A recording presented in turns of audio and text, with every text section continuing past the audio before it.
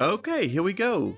The sequels were stupidly created. That is not new. But even without the agenda stuff, well, they're still not great. But is there still, well, some good in it?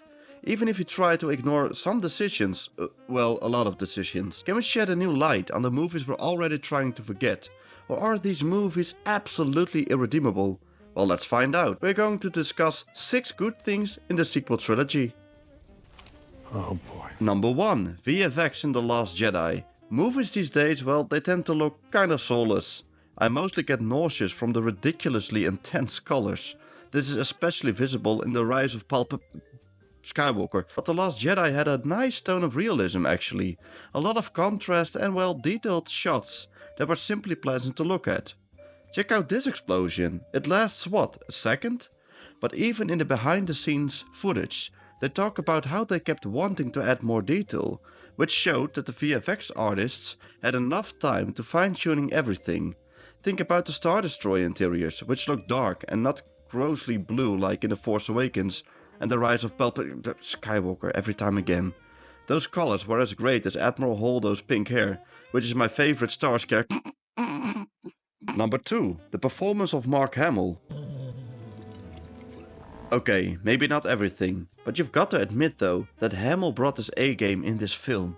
He reminded me of a gloomy old man hanging out at the bar all day, and considering the vision of Rian Johnson for this movie and this character, well, that was exactly the performance Hamill had to deliver, so good job.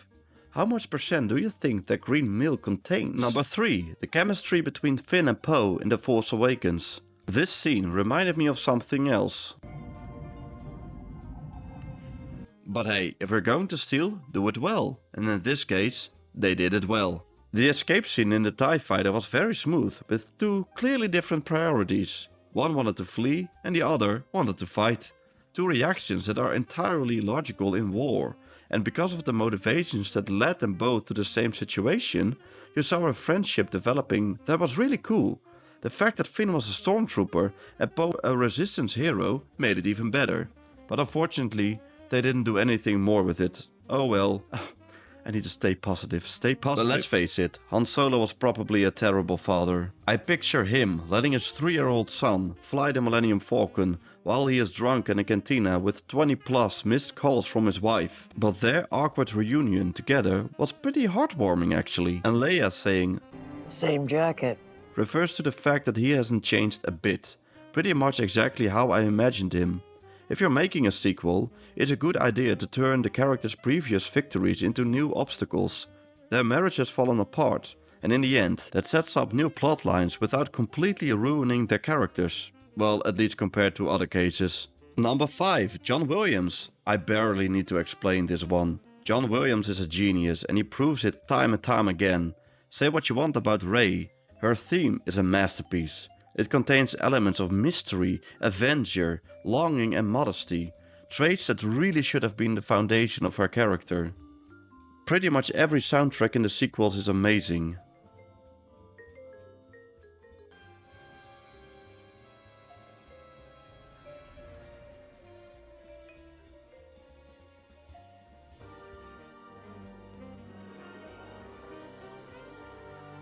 The music carries a certain weight, and with it, you could imagine what kind of emotion you were supposed to feel in scenes that completely missed the mark, letting you, despite everything, feel that real Star Wars vibe here and there. Number 6. The Emperor. Okay, the way he returned was... but to be fair, there was a sort of brief explanation? Dark science. Cloning. Secrets only the Sith knew. And well, that was it. And there was a lot wrong with that, of course. The Kaminoans weren't Sith and their clones had different personalities. So then Palps should have also been a blank page, right? But okay, his spirit was transferred, some kind of ritual maybe? Okay, maybe I'm overthinking it here. But despite some of the lines and dialogue, I can't help but smile whenever I see Ian play the Emperor again. It doesn't even matter what he says, everything is fantastic with this performance. Palpatine is the most ultimate villain, and nothing tops that. Okay, I wanted to make a top 10, but then I'd be lying to myself. These films contain ideas that could have worked, maybe, roughly. Rey being a nobody could have been great. Rey being someone with a famous heritage could have worked in another version if it was well executed. Romance between Rey and Ben, well, it could have worked, but that's exactly my point. It could have worked. And that's maybe the most frustrating part of all this.